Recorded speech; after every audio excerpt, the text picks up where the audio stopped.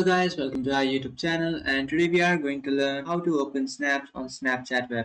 So let's get started. If you want to access your snaps on Snapchat web, so to do that, first of all what you have to do is open up your browser. After opening up your browser, now in search bar you can search for Snapchat web.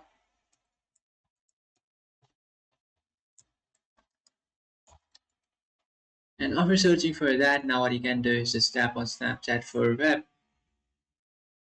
And after searching for that, now you have to make sure that you have logged into your account. And after logging into your account, now if you just try to access any Snapchats, then you will find this error which says open the mobile app to view. So you cannot access any snaps from your Snapchat web, but you can accept messages from your Snapchat. So here you can find the messages from your Snapchat, but you can't access the snaps from your Snapchat web. So just open up your mobile device and just watch the snaps through there. So that's it guys, this is how to open snaps on Snapchat web. If you find this video helpful, don't forget to like and subscribe to our channel. If you have any doubts, feel free to comment below. Thanks for watching.